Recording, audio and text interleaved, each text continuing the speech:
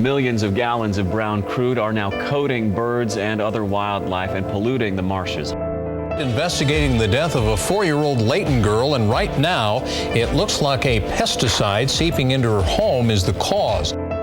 According to the Environmental Protection Agency, it's used in all 50 states, and in order to use treated waste on land, one must meet strict federal criteria. The mission of the U.S. Environmental Protection Agency is to protect human health and the environment. EPA's enforcement program is critical to ensuring compliance with environmental laws. Pollution often will impact people in ways that they can't see or taste or smell.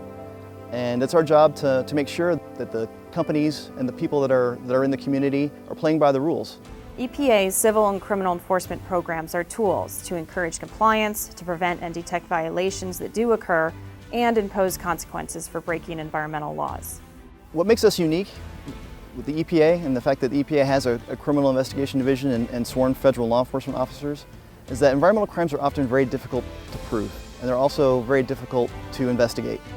Most violations of environmental laws are civil.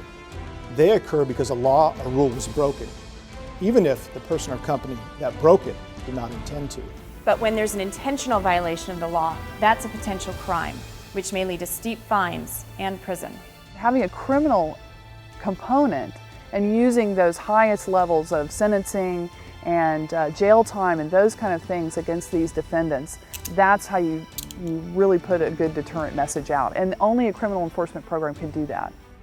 Environmental crimes like the deliberate dumping of hazardous waste or the illegal handling of hazardous substances can cause death and serious illness and impact the environment.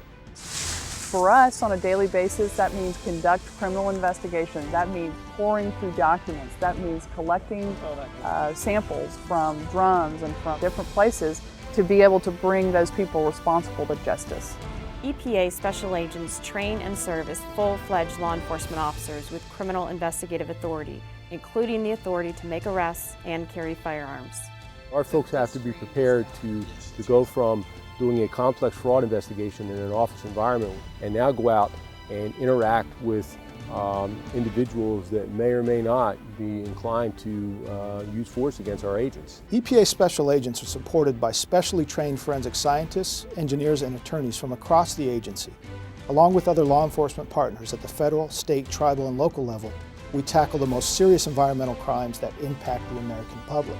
We're helping get the most egregious criminals off the street that are polluting our water and our air and the ground. At the end of the day, it really is all about protecting human health and making sure that people are safe.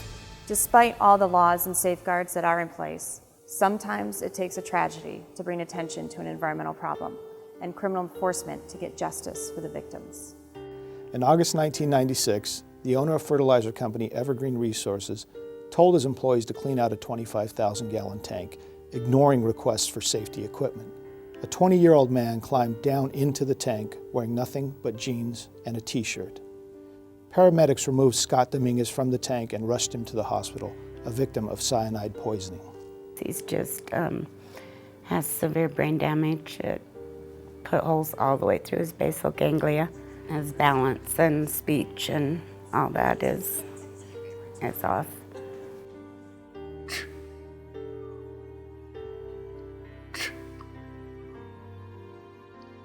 He wants everybody to know he has a daughter. Owner Alan Elias was sentenced to 17 years in prison for falsifying a safety plan and committing numerous hazardous waste violations that resulted in Scott's permanent, life-changing injuries. I think it probably wouldn't have went too far without the Idaho State Police and the EPA coming in. In February 2009, the Toons had their property treated for rodents by Bugman Pest and Lawn. When the problem persisted, Bugman sent the same technician out to the home again. It didn't turn out the way that we were hoping. Because instead of just simply treating the rodents, the poison seeped into our home and led to the death of our 2 youngest children. For violating the instructions on the pesticide safety label, Technician Coleman Knox was sentenced to 3 years probation. The company and owner, Ray Wilson Sr., was fined $3,000 and placed on a 3-year probation.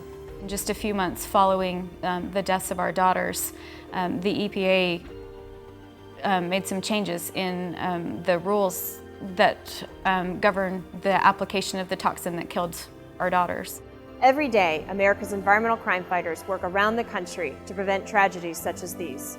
Criminal enforcement is the strongest leverage EPA has to make sure people and companies play by the rules. With a conviction rate of about 90%, individuals and corporations should think twice before cutting corners, putting people at risk, and committing environmental crimes. If you suspect an environmental violation is happening in your community, send us your leads at epa.gov/tips.